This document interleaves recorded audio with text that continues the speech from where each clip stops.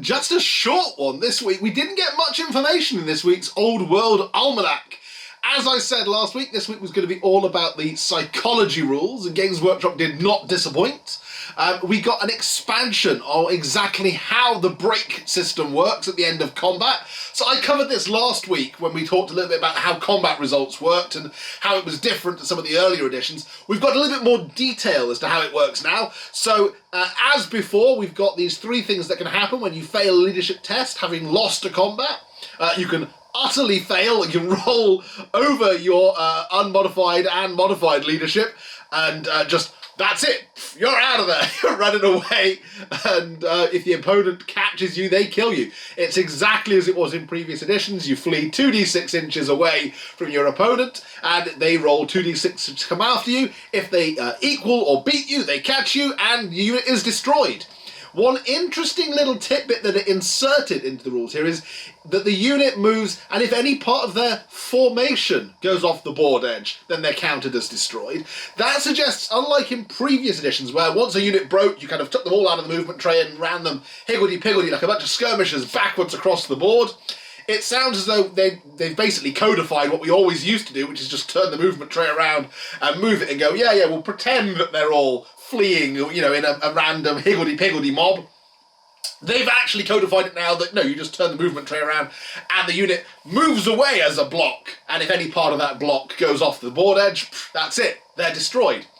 The next thing they've explained, though, is the fallback in good order thing. So this is the, if you roll over the modified leadership, but under your unmodified leadership. It's kind of a mid-ground version of flee. And interestingly, how they've determined this works is you roll 2d6, like you would if you were fleeing normally, but then you keep one of them. You keep the highest. So the unit falls back the highest of 2d6. Rather than adding them together like you would for a standard flee, you just keep the highest roll. And then the unit turns back around and reforms where it's gone. So you roll like, you know, a 6 or 3, it moves back 6 inches, turns back to face the enemy pursues. If they catch them, then combat continues there, you know, 6 inches further back.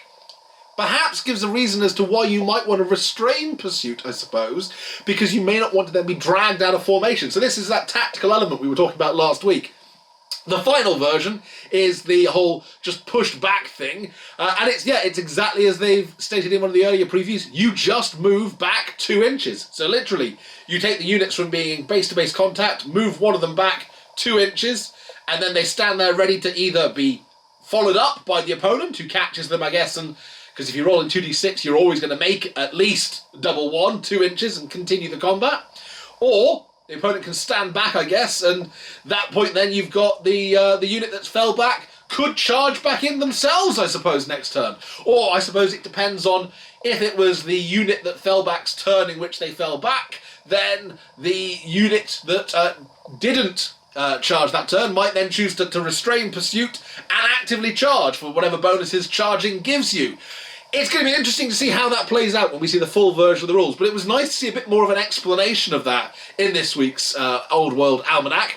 The other stuff we just touched on then in this week's Old World Almanack is psychology, and they didn't give us the whole gamut of how all of this works. They did say that actually all of the psychology rules like fear and terror and stubborn and animosity, and it was interesting to see Orc and Goblin animosity get grouped in with the other forms of psychology, because I've never really thought of it as a psychology before.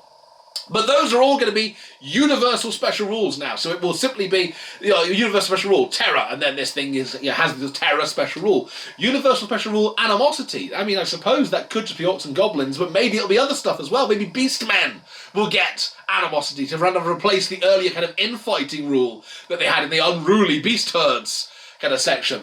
But yeah, so all of these are going to get bunged into universal special rules, which apparently will be covered in a later Old World Almanack. Not next week. Next week we get more detailed information about magic. But we briefly got to touch on how a couple of the new psychological universal special rules work. Fear is kind of like how it did in previous editions. If you're trying to charge a fear-causing unit, it said, you have to take a leadership test on 2d6. You have to roll equal to or under your unmodified leadership. You have to roll equal to or under your leadership. It doesn't actually say unmodified, and there are modifiers, it would seem, that can affect what your leadership might be. But anyway, if you pass the leadership test, then you can charge. If you fail the leadership test and the fear causes outnumber you, you can't charge. We didn't get the full fear rules. We didn't get what happens in the kind of the alternative. I suppose it's kind of like a grid of 4 things that can happen if unit outnumbers you, doesn't outnumber you, if passed, if failed. What those different things do. The other thing we did find out though is if you're in combat with a fear-causing unit, you have to take a leadership test every turn. That's a change from previous editions. Previously, once you were in combat with that fear-causing unit, as long as you'd passed your fear test to either get into combat or passed your fear test from being charged by that fear-causing unit, then that was it. You carried on regardless. What they've clarified here is it's a fear test every single turn. And if at any point you fail that fear test, you're then at -1 to hit. This replacing the old rules whereby if you were in combat and you failed your fear test, then you could only hit on 6s. Now it's just a standard -1. Terror as well seems to operate in much the same way as fear, but the other little kind of bonus that we got from that is that if you cause terror, you get your opponent gets an extra -1 to the combat results. So I guess instead of it being kind of you get a +1 to terror, I suppose is the best way you could think about it. It's a bit like being a battle standard bearer, but actually it's your opponent gets a -1 to their combat result just because you're so big and scary. Whether or not terror will have range, like it did in earlier editions, when it had that whole kind of 8-inch radius around it, we don't know. Whether or not terror will be something that you can test on every turn, or whether it's once you've passed a terror test, that's it, you're immune to terror from that particular monster. We don't know. So there's a whole bunch of kind of... This week's Old World Almanack really kind of raises more questions than it answered.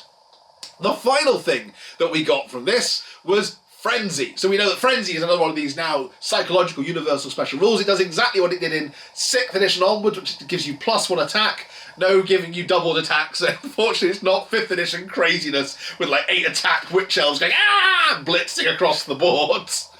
But +1 to attack, and you're immune to fear and terror. So it does have that kind of offset, but instead you get this kind of always have to charge if you can charge rule, which we kind of expected from Frenzy in previous editions. That's all we got this week. There really wasn't that much kind of hidden in there. A few little niggly tweaks and stuff, but yeah, I'm left with more questions than answers. I'm looking forward to next week because I want to know more about magic, and I'm hopeful that when we get more about magic, maybe we'll get a bit more about magic items. That would be really cool. Whether or not they're going to go back to the old system of magic weapon, magic armor, enchanted item, arcane item, and a limit on the number that you can have, whether they're going to have just a block magic equipment list. I don't know. I'm really excited to see what they come up with.